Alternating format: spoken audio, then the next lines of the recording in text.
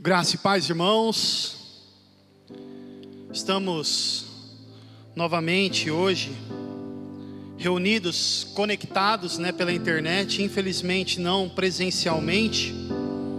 Vamos abrir a palavra do Senhor no Salmo 145, versículos 10 ao versículo 13.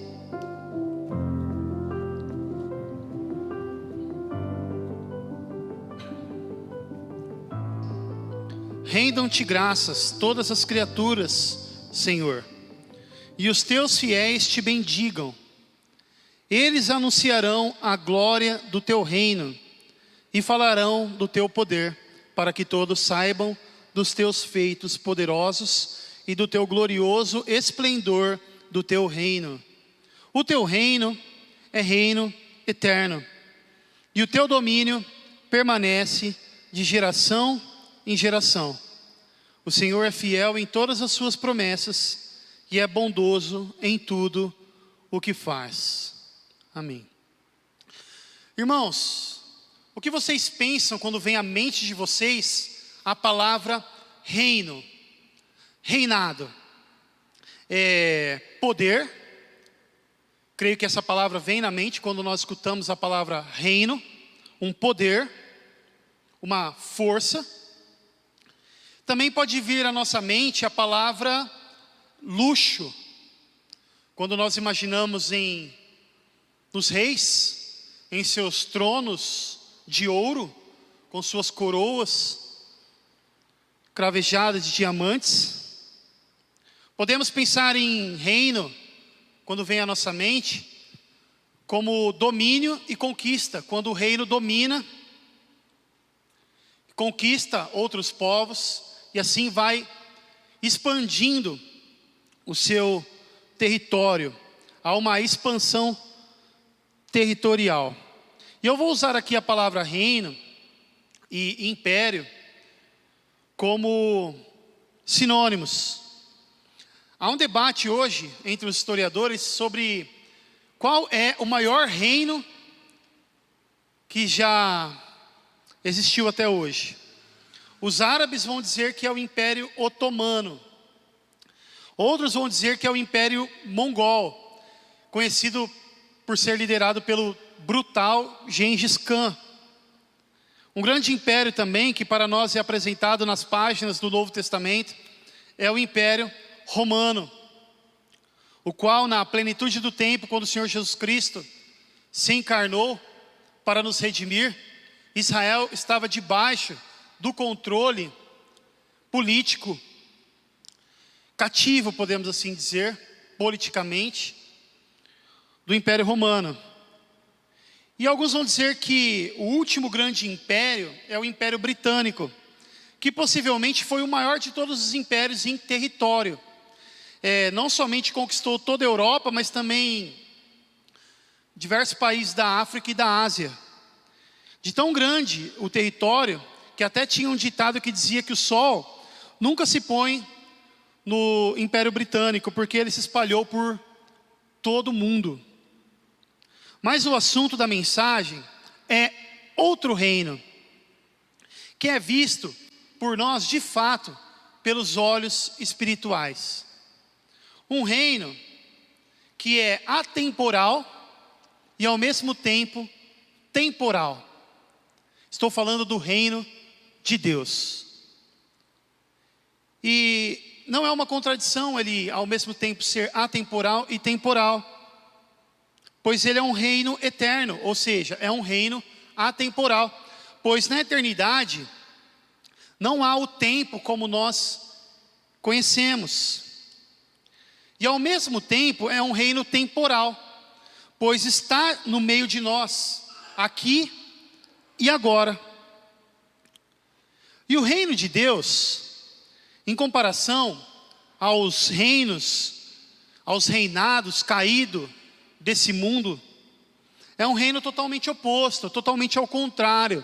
É um reino de ponta cabeça, que pode ser loucura para os reis caídos que estão no poder deste mundo caído, que podem estar no poder, esses reinos caídos, mas os seus reis estão mortos em seus delitos e pecados. E esse tema, o reino de Deus, é o tema do 10º artigo da nossa confissão de fé. Os irmãos já sabem, mas para quem está acompanhando agora ou não compreendeu ainda, nós estamos numa série de mensagens estruturadas nos artigos da nossa confissão de fé, que é a confissão de fé da Coalizão pelo Evangelho. E o 10º artigo, o título é O Reino de Deus, e nesse artigo vai expressar o que cremos. Diz assim o 10º artigo: cremos que aqueles que foram salvos pela graça de Deus, mediante a união com Cristo, pela fé e pela regeneração do Espírito Santo, entram no reino de Deus e desfrutam das bênçãos da nova aliança, o perdão dos pecados, a transformação interior que desperta um desejo por glorificar, confiar e obedecer a Deus, e o prospecto da glória que ainda será revelada. As boas obras constituem evidência indispensável da graça salvadora. Vivendo como sal em um mundo que se deteriora e luz em um mundo escuro, os crentes jamais deverão se afastar em reclusão do mundo, nem se tornar indistinguíveis dele. Pelo contrário, devemos fazer o bem à cidade, para que a glória e honra das nações sejam oferecidas ao Deus vivo. Em reconhecimento a quem pertence a esta ordem criada, e porque somos cidadãos do reino de Deus, devemos amar o nosso próximo como amamos a nós mesmos, fazendo bem a todos, especialmente aos que pertencem à família de Deus. O reino de Deus já presente, mas ainda não plenamente realizado, é o exercício da soberania de Deus no mundo em direção à eventual redenção de toda a criação. O reino de Deus é um poder invasivo que despoja o tenebroso reino de Satanás e regenera e renova, mediante arrependimento e fé, a vida dos indivíduos resgatados daquele reino. Portanto, ele inevitavelmente estabelece uma nova comunidade de seres humanos que estão juntos debaixo de Deus. Fecha aspas. Vocês se lembram que eu disse que o reino de Deus ele é atemporal? Como vai dizer o Salmo que eu li anteriormente, vai dizer que o teu reino, ó Senhor, é um reino eterno. E digo para vocês que na mente de Deus, ou seja, no plano eterno de Deus, nós, cristãos redimidos por Cristo Jesus, já estamos inseridos no reino de Deus antes da fundação do mundo, ou seja, na mente de Deus, nós que estamos em Cristo hoje. Pois nós nos arrependemos e cremos em Jesus durante a nossa vida no tempo temporal, mas no reino atemporal, antes da criação do mundo, nós já estamos na mente de Deus. Fomos conhecidos, como vai dizer, pela presciência de Deus, que significa de modo íntimo por Deus. Antes da fundação do mundo, já estávamos presentes na mente de Deus, em fazer parte do seu reino. Deus criou o universo, criou os seres humanos, e toda a humanidade caiu em pecado, em Adão. E os eleitos são resgatados e salvos por Cristo. Esse é o Evangelho. E a Bíblia é clara que a queda da humanidade não pegou Deus de surpresa, pois o plano de redenção já estava traçado antes da fundação do mundo. Então, desse modo, antes de nascermos, antes do mundo ser criado, nós, eleitos de Deus, pela graça de Deus, nós já estávamos inseridos no seu reino atemporal. O reino de Deus, e Deus é eterno, por isso o seu reino é eterno. E o reino eterno também é espiritual, não se limita àquilo que nós conhecemos como espaço e tempo. Até que Deus, ao criar o cosmos, Ele nos cria e nos insere no espaço e no tempo, que também foi criado por Ele, o espaço e o tempo. Nós vemos em Gênesis a criação realizada em períodos de tempo, dias, primeiro dia, segundo dia, terceiro, quarto, quinto, sexto, e no sétimo dia a palavra de Deus vai dizer que Deus descansou. Isso não significa que Deus se cansa, mas é aquela figura de linguagem de quando, por exemplo, um artista, um pintor, ele pinta o seu quadro, e depois que ele vê que ele completou a sua obra, ele a contempla, a sua obra. Então nós vemos que Adão e Eva se encontravam no reino temporal de Deus, em comunhão com o Rei do Universo, em paz com Deus. Até que, pelo decreto permissivo de Deus, o pecado entrou no mundo, e consequentemente a morte física, que é aquela que nos leva para o túmulo, e a morte espiritual, que quebrou a comunhão que nós tínhamos com o Senhor. Nos trouxe a morte espiritual, por isso que vai dizer que antes de Cristo nós estávamos mortos em nossos delitos e pecados. Então o relacionamento da humanidade com Deus foi rompido, de modo que não se podia mais dizer que o homem desfrutava do reino de Deus. O homem, Adão, nosso representante, deu ouvidos a Satanás e pecou contra o Senhor. E assim sua natureza se tornou corrompida em inimizade com Deus. E consequentemente e logicamente, se sua natureza se tornou corrompida, é óbvio que a sua semente, ou seja, os seus descendentes, herdariam essa corrupção. E caímos, assim, como vai dizer a palavra de Deus, nos domínios de Satanás. Um anjo caído, o qual Deus também permitiu a queda, junto com outros anjos caídos, que nós comumente chamamos de demônios. E nesse sistema depravado de pecado e de morte, nesse mundo caído, a palavra de Deus em alguns momentos vai utilizar da palavra mundo para se referir a esse sistema depravado, caído de pecado. Satanás é conhecido como o príncipe deste mundo. E aqueles que estão fora de Cristo são súditos do príncipe deste mundo. E por sua própria vontade.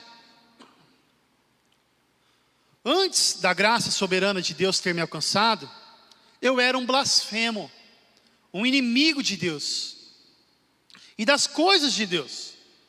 E era súdito também do príncipe deste mundo. Esses dias eu estava lendo para os meus filhos o livro O Peregrino, que é uma alegoria da caminhada cristã rumo a Jerusalém Celestial. E tem um momento tenso na história, onde o cristão, que é o personagem principal da história, se encontra com Apolion.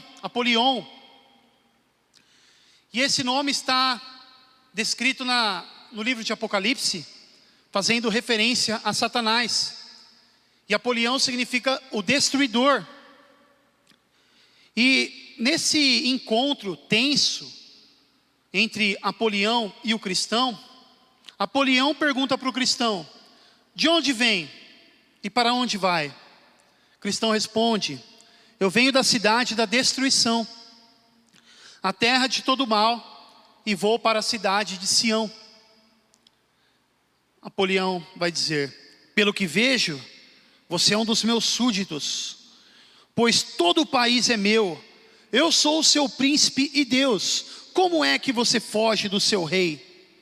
O cristão vai dizer: embora haja nascido em seus domínios, o seu serviço é pesado, e o salário é um salário de morte. Eu já me rendi a outro, o Rei dos Reis. A ele jurei a minha fé e a minha fidelidade. Nenhum príncipe desiste de seus súditos facilmente, vai dizer Apolion. Eu não quero perdê-lo, e estou disposto a te perdoar, esquecer tudo isso. E Apolion também prometeu prazeres pecaminosos para o cristão. E aí é travada uma longa batalha, né? Que durou quase um dia inteiro. E Apolion começa a atacar o cristão com golpes que representam tentações e acusações. Até que cristão se defendeu com o escudo da fé, que nós encontramos lá em Efésios 6, a armadura de Deus, e atingiu Apolião com um golpe de espada, a espada do Espírito, que representa a palavra de Deus. Assim como nosso Senhor Jesus Cristo. Como que Jesus venceu Satanás no deserto? Com a palavra de Deus, em especial com o livro de Deuteronômio, que estava enraizado nele. E Satanás se retirou diante da palavra de Deus. Enfim, essa alegoria, ou peregrina, essa alegoria da vida cristã, escrita pelo puritano John Bunyan, pastor batista, retratou bem, com essa metáfora, a batalha que o cristão enfrenta, quando ele deixa de servir Satanás e se converte para Deus. Irmãos, vou dizer para vocês que eu trabalhei para Satanás por um longo período da minha vida. E eu estava cativo, até que Deus me libertou do cativeiro e me deu um novo coração. Colossenses capítulo 1, versículo 13, vai dizer que Ele, Deus, o Pai, nos libertou do império das trevas e nos transportou para o reino do seu Filho amado.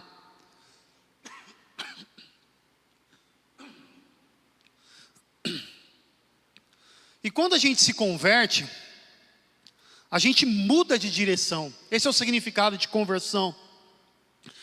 E quando isso acontece, o inimigo de nossas almas, ele fica furioso, porque a gente deixou de ser o seu súdito para servirmos ao Rei Jesus, o Rei dos Reis.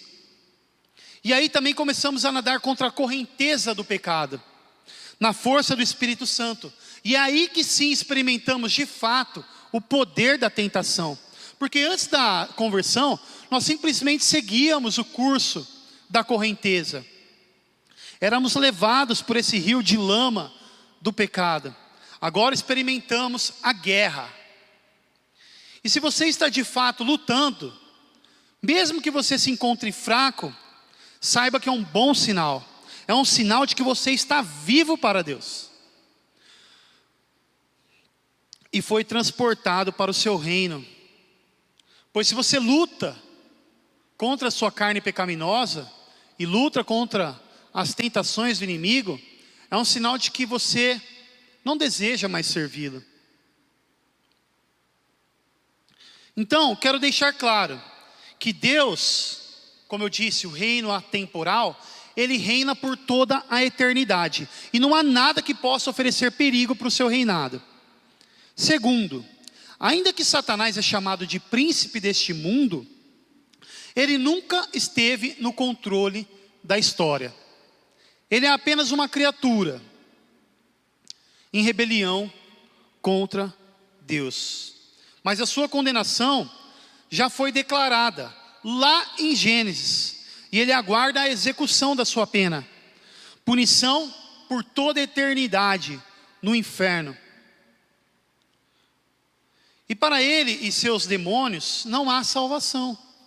Por isso esse ódio terrível, o qual eles se levantam contra o povo de Deus. E terceiro, por meio da vitória na cruz, Cristo venceu o diabo e trouxe o reino para aqueles que por ele foram salvos.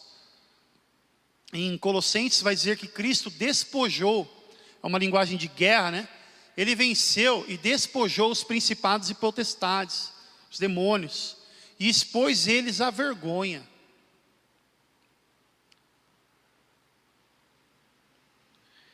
E nós, pecadores caídos, nós fomos restaurados ao reino de Deus. O reino de Deus foi trazido novamente até nós. Não somente isso, mas nós também nascemos de novo para o reino. Em João 3, está escrito assim. Em resposta, Jesus declarou: digo a verdade, ninguém pode ver o reino de Deus se não nascer de novo. Perguntou Nicodemos. Se alguém nascer de novo, aí perguntou Nicodemos: Como alguém pode nascer de novo sendo velho? É claro que não pode entrar pela segunda vez no ventre de sua mãe e renascer. Respondeu Jesus: digo a verdade, ninguém pode entrar no reino de Deus se não nascer da água e do Espírito. O que nasce da carne é carne, mas o que nasce do Espírito é Espírito. Então, esse nascer da carne é a nossa descendência. Nossos pais, nós nascemos da carne, nascemos de um ser humano. E mais você nascer da carne, nascer como um filho de um crente, por exemplo, não dá passe para você para o reino de Deus. Você tem que nascer do Espírito para o reino de Deus. Isso que nós chamamos da obra da regeneração.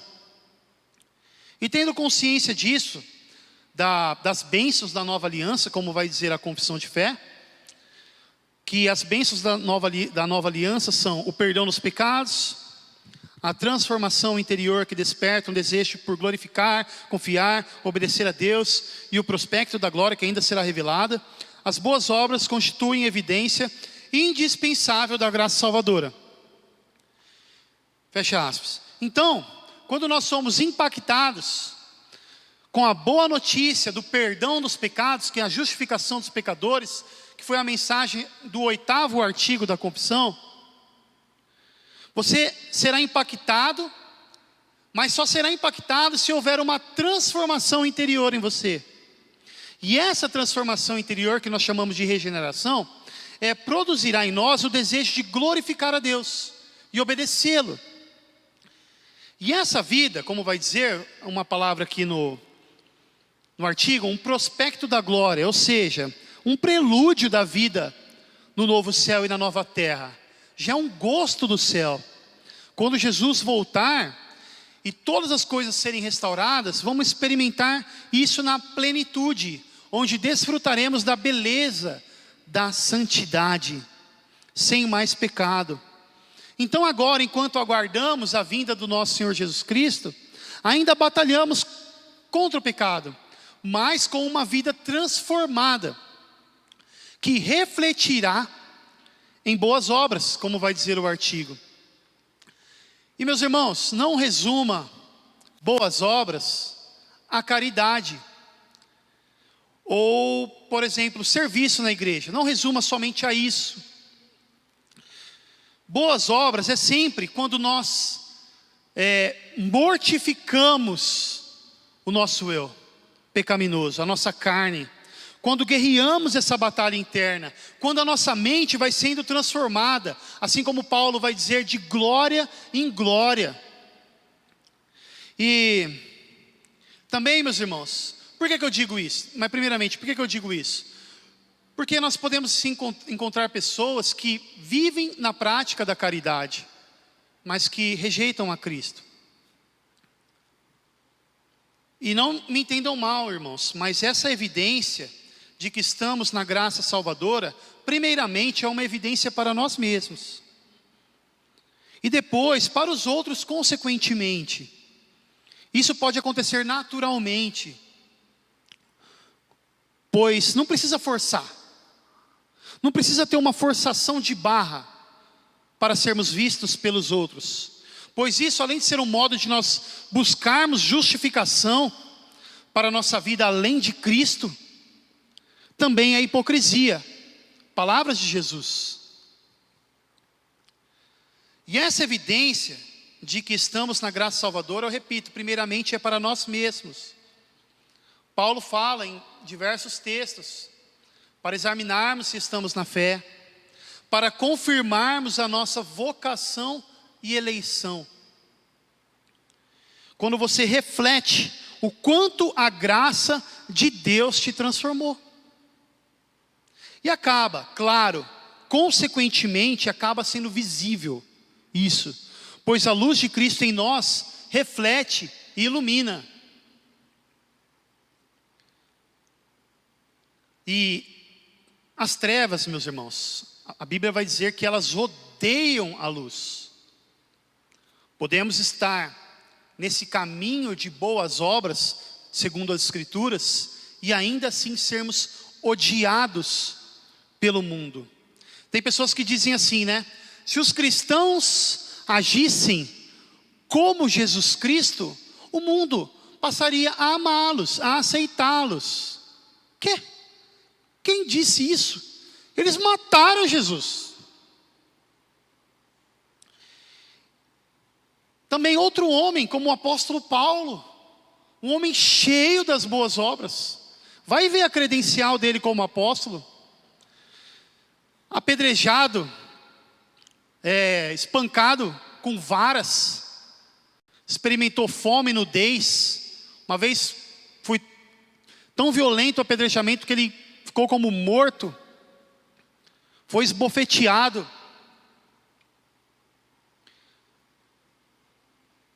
Esses dias eu estava vendo, né, um pastor ele publicou um abaixo-assinado, né, aqueles do portal Cidadania, onde você assinava lá, colocava o seu CPF, seu nome e tal, e se tornaria um abaixo-assinado que poderia ir para o Congresso a respeito de uma nova lei, que era sobre você estar trazendo um apoio para as mulheres que fossem, por exemplo, estupradas, ou até mesmo que se não fossem estupradas, mas que estivessem numa situação degradante, um apoio financeiro, um apoio psicológico, para que elas continuassem a gestação e o bebê não precisasse ser triturado no ventre materno, porque é isso que acontece. O bebê é despedaçado dentro da barriga da mãe. E a gente vai lá, entrar no site para assinar, concordo com isso, né? Que é uma lei, podemos assim dizer, uma lei com mentalidade, visão de reino de Deus. E eu me espantei com o número de pessoas que estavam contra esse projeto. Praticamente 90%. Pois é a mentalidade secular que diz: posso fazer o que eu quiser com o meu corpo, mesmo destroçar o meu próprio filho no ventre. Mas o importante, irmãos, apesar de tudo isso, apesar de todo esse ódio que as trevas se levantam contra a luz, o importante é que nós estamos sendo usados como sal e luz. A gente experiencia que estamos no reino de Deus. E na palavra de Deus, há advertência para aqueles que estão na igreja visível, mas podem não estar no reino de Deus. Pois ele não foi transformado e está enganando a si mesmo, como vai dizer o apóstolo Paulo.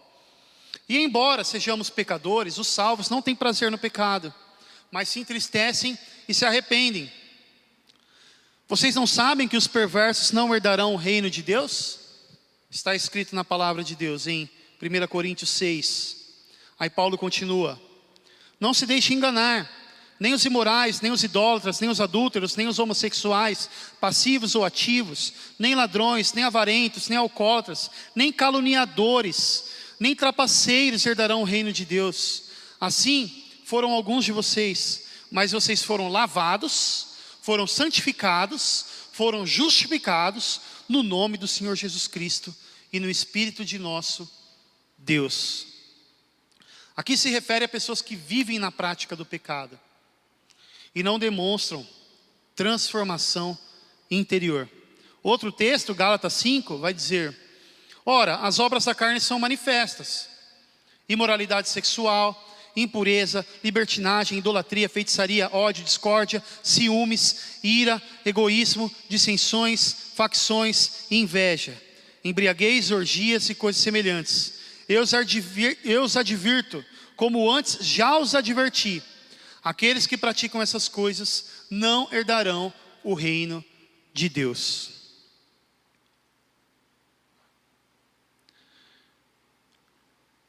E interessante, né? Não herdarão o reino de Deus, pensando agora, porque o reino de Deus também tem um aspecto futuro.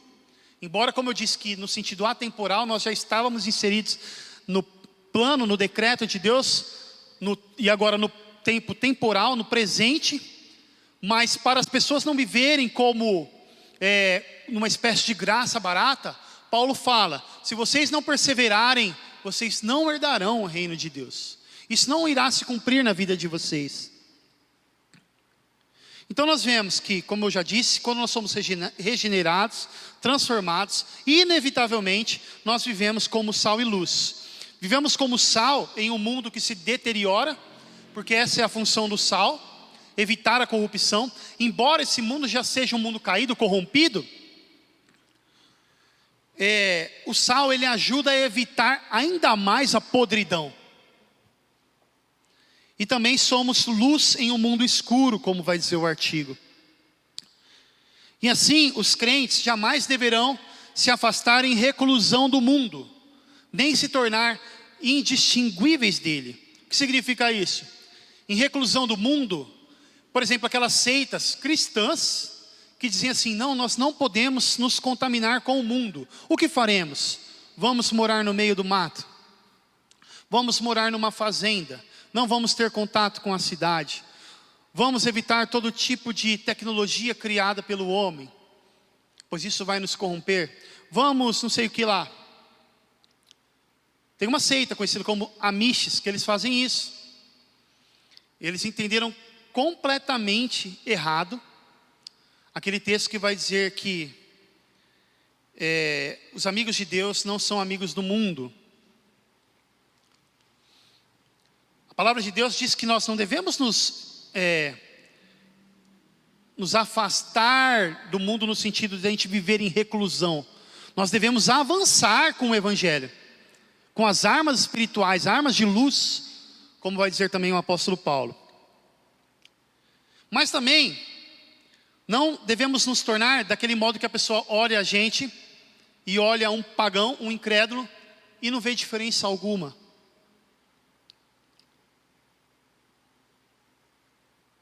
Pelo contrário, devemos fazer bem a cidade, como vai dizer o artigo, para que a glória e honra das nações sejam oferecidas ao Deus vivo. Quando diz fazer o bem à cidade, nós compreendemos que não há dicotomia, que significa separação entre duas coisas, a palavra dicotomia. Não há dicotomia entre o sagrado e o secular. Por exemplo, o sagrado é quando eu vou domingo na igreja, e o dia da semana tanto faz, do modo que eu vivo. Não, mas para o cristão, tudo é sagrado em nossas ações. Não há dicotomia.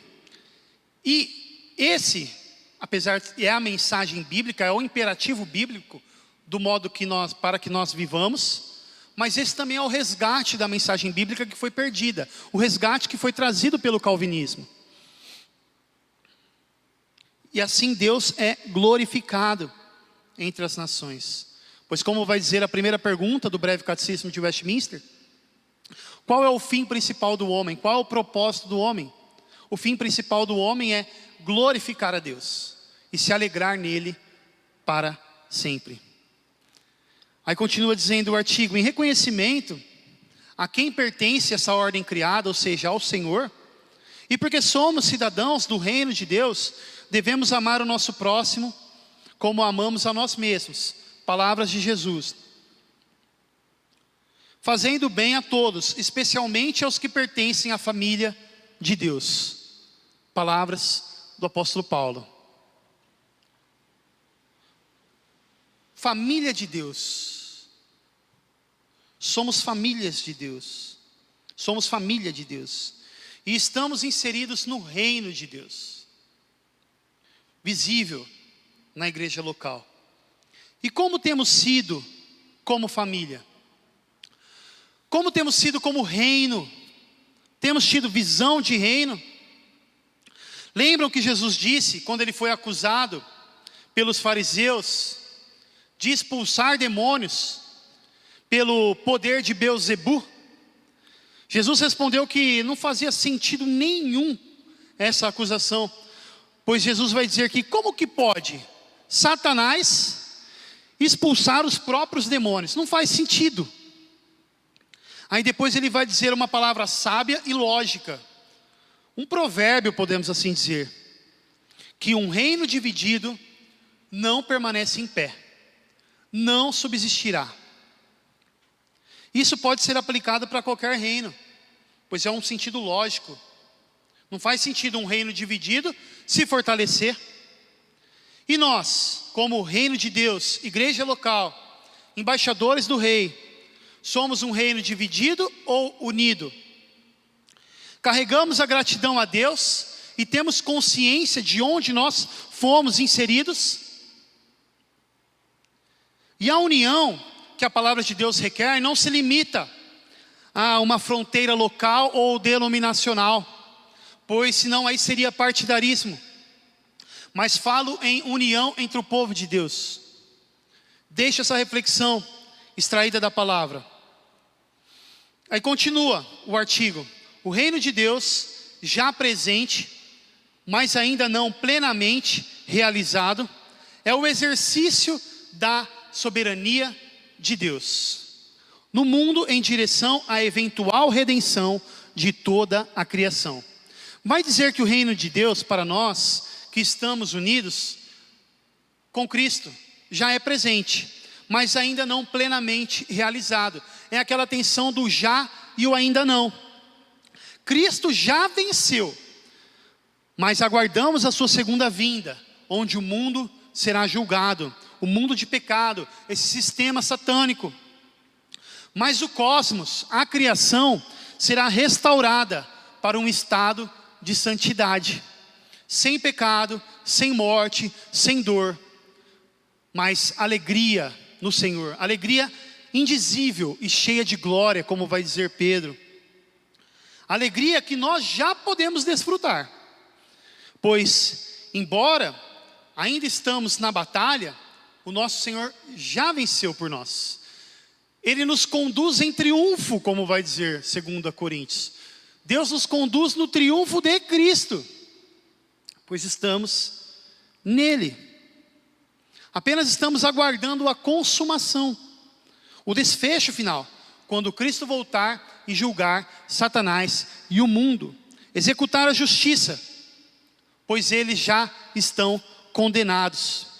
Porém nós estamos cobertos com a justiça de Cristo, o manto do Filho eterno. E assim não somos somente perdoados, mas também aceitos diante de Deus, como justos, por causa da justiça de Cristo imputada a nós. Nossos pecados foram cobertos pelo sangue carmesim do justo. Essa semana meus filhos perguntaram, a respeito do significado da Semana Santa. Aí eu comecei a explicar para eles, do início, domingo de Ramos, que foi quando, na última semana, na semana, melhor dizendo, em que Cristo foi sacrificado pelos nossos pecados, Ele adentrou em Jerusalém, e as pessoas já conhecendo o seu ministério, conhecendo a fama do seu ministério, podemos assim dizer, até mesmo polêmico para muitos. Quando ele entrou na cidade, as pessoas estavam lá com os ramos de palmeira. Bendito seja aquele que vem em nome do Senhor.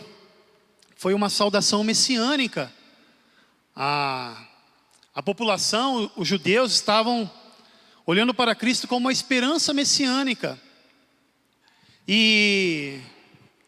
Mas eles tinham um entendimento errado a respeito do Messias que haveria de vir. Eles esperavam um Messias político, conquistador, que haveria de derrotar o Império Romano e trazer a liberdade e a soberania para a nação de Israel. Eles não compreenderam a sua vinda. E ele veio como? Montado como? Num cavalo de raça? Num cavalo voador? Não, ele veio montado em um jumentinho, em um jumento, em humildade. E durante a semana, ele pregou, ele trouxe palavras para as pessoas, palavras que as pessoas não gostariam de ter ouvido. Porque eles estavam imaginando, agora que ele está aqui conosco, na cidade de Sião, em Jerusalém, aguardamos os seus discursos, as suas ações de conquista contra o império romano. E não foi isso que aconteceu. Cristo disse, inclusive, que o seu reino não é deste mundo, ou seja, como as pessoas do mundo imaginam. Então, durante a semana, as pessoas começaram a achar estranho que aquele que veio montado num jumento, conhecido com um poder de fazer milagres impressionantes. Muitas pessoas que talvez estavam lá no domingo de Ramos presenciaram os milagres de Jesus. E essas pessoas começaram a achar estranho o discurso de Jesus. Começaram, posso dizer, a odiá-lo. E até mesmo começaram a serem influenciados pelos fariseus e sacerdotes que eram contra o Senhor Jesus Cristo. Até que eles, motivados por inveja, acusaram Jesus injustamente, tramaram contra o Cristo, prenderam o Cristo, mataram o Cristo. Um grande pecado. Ainda assim, o propósito de Deus estava sobre os planos de Deus. Mesmo Deus não sendo o autor do pecado, no seu modo de agir na história, aquilo já estava decretado para a salvação de pecadores.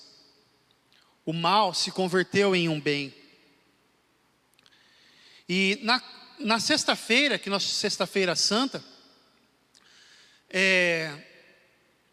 muitas daquelas pessoas que estavam lá no domingo de Ramos, estavam lá no meio da multidão, gritando, crucifiquem-no! E ele foi crucificado. E não tem como você ler aquelas passagens da crucificação e não ser impactado, porque a luz morreu, como vai dizer um hino, né? Por isso que o dia se tornou em trevas. E ó que era meio-dia até as 3 horas da tarde, se tornou em trevas. Podemos assim dizer, um grande eclipse. O véu do tempo foi rasgado. E temos acesso a Deus através de Jesus Cristo.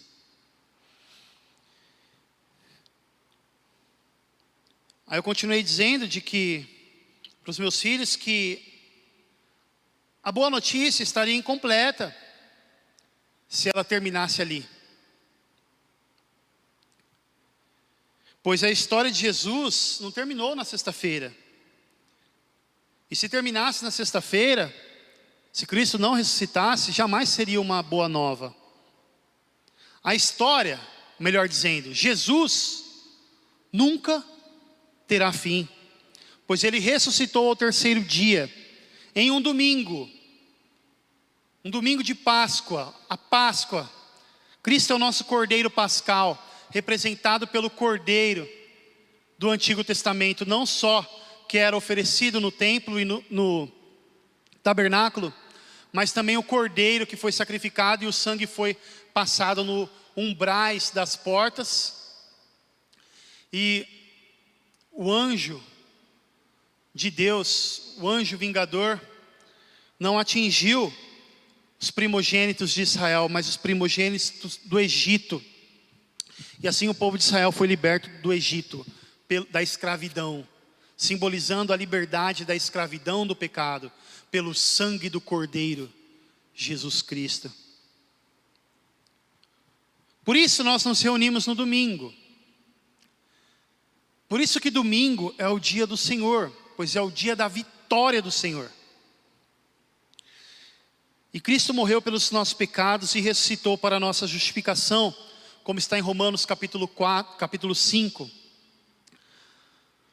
pela sua ressurreição, nós não somente recebemos a justiça, mas também a vida eterna, se cremos de fato nessa boa notícia. E o reino de Deus continua dizendo, e o artigo continua dizendo, que o reino de Deus é um poder invasivo, que despoja o tenebroso reino de Satanás, e regenera e renova, mediante arrependimento e fé, a vida dos indivíduos resgatados daquele reino. Eu gostei muito dessa palavra, né? Poder invasivo. Ou seja, é um poder que avança, que invade, que amarra e expulsa Satanás da vida das pessoas. E pessoas do reino de Satanás. Por isso que Jesus disse que toda autoridade, no nome dele, foi dada a nós. Pois Satanás foi humilhado, vencido. Por isso que missionários têm êxito em levar a palavra a lugares tenebrosos, nos confins da terra. E muitas pessoas, apesar de serem chamadas, podem ser chamadas a se arrependerem e crerem nessa boa notícia, e muitas dessas pessoas negarem, zombarem e até mesmo se revoltarem contra a mensagem. Os escolhidos de Deus, pela graça e não merecimento, serão chamados eficazmente pela palavra. Então, a graça soberana de Deus, essa doutrina da graça, conhecido como um ponto do calvinismo, que é a graça irresistível e eleição incondicional, na verdade ela fortalece e influencia a evangelização, porque o poder não está em nós. Nós somente temos que pregar a palavra com fidelidade, e Deus pode, por meio do evangelho, através do Espírito Santo, criar vida espiritual no coração da pessoa, se for um eleito do Senhor.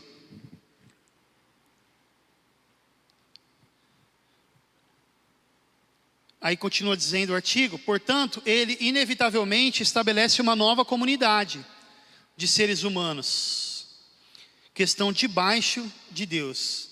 Essa palavra também, inevitavelmente, traz a ideia de soberania. Por meio do evangelho, através do Espírito Santo, não tem como evitar. Ou seja, não há como o plano de Deus ser frustrado.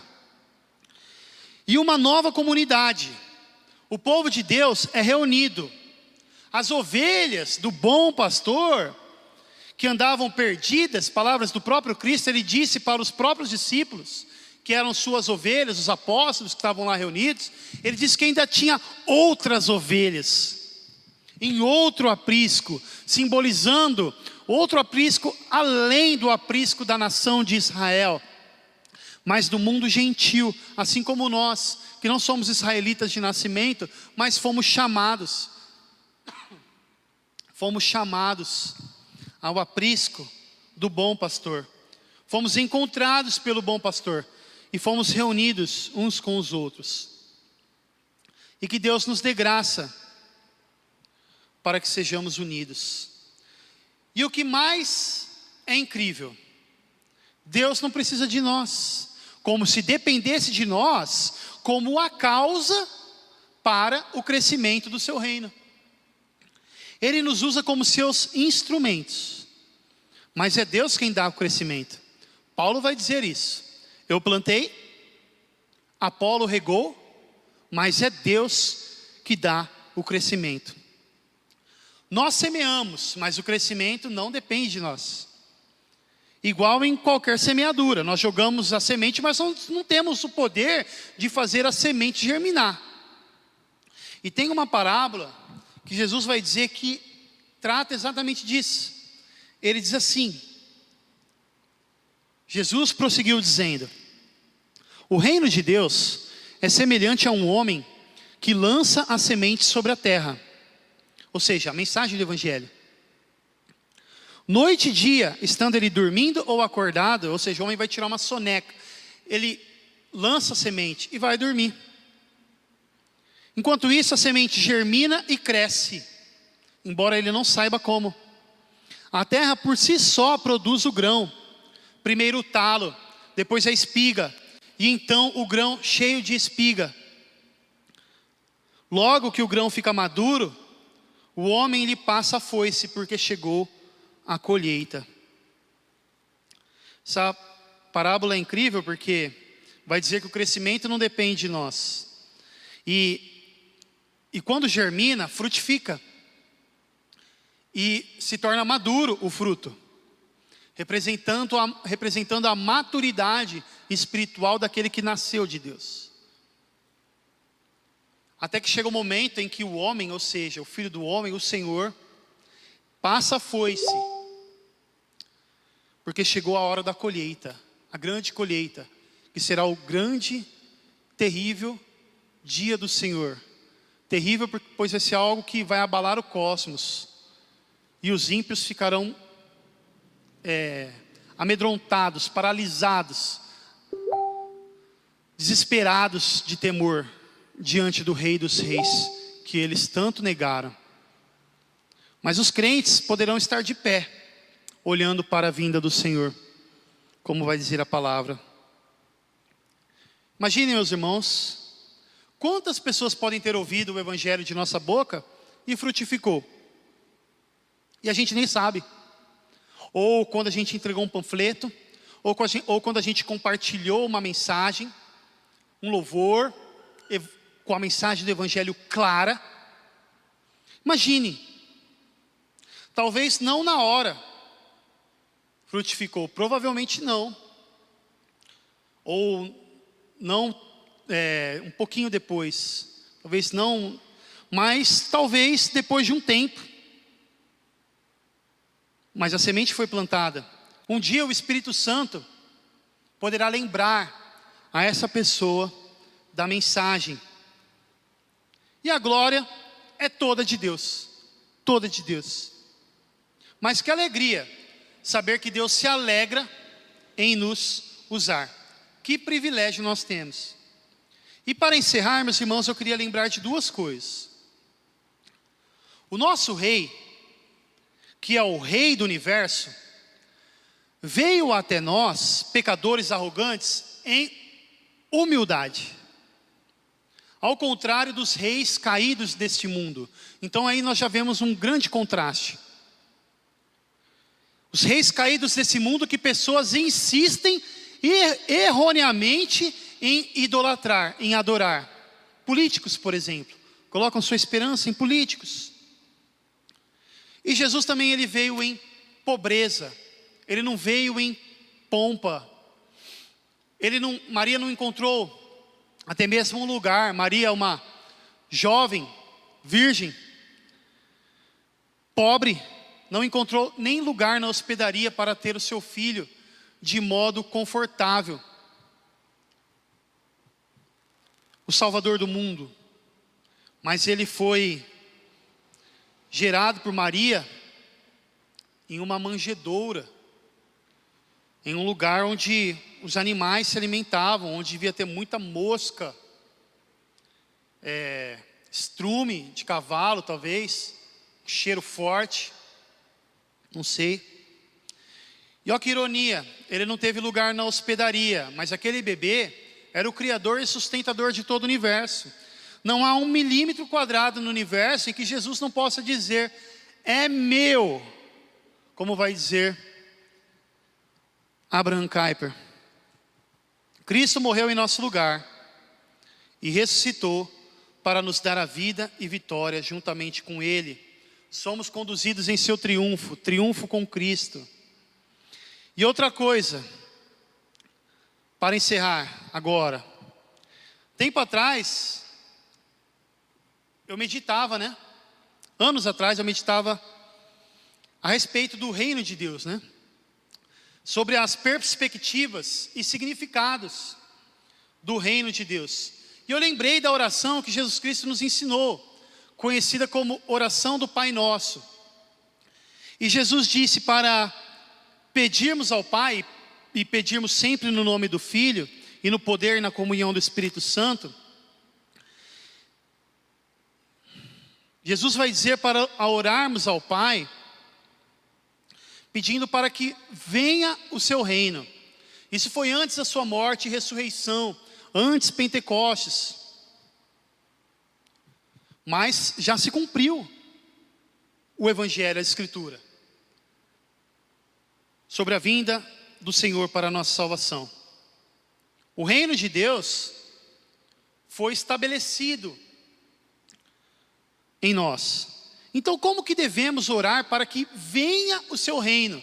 Pois nós não excluímos a oração do Pai Nosso de nossa vida. Como? Um modo de orarmos para que venha o reino do Senhor. Senhor, venha o teu reino sobre essa cidade. Que o Evangelho avance nas trevas. Venha o teu reino, Senhor, sobre aquela família desestruturada, ou até mesmo estruturada, pois todos precisam de Cristo. Venha o teu reino para os lugares onde o Evangelho ainda não chegou. Abençoe os missionários. Venha o teu reino sobre minha família.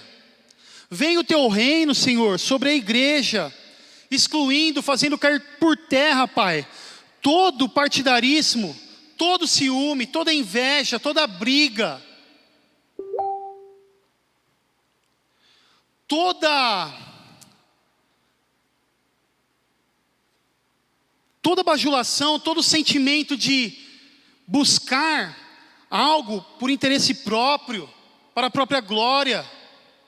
Elimine esses males, Senhor, se estiverem presentes em sua igreja. E não permita, ó Deus, que eu me coloque contra o seu reino, envergonhando o Senhor, envergonhando o seu reino com o meu pecado.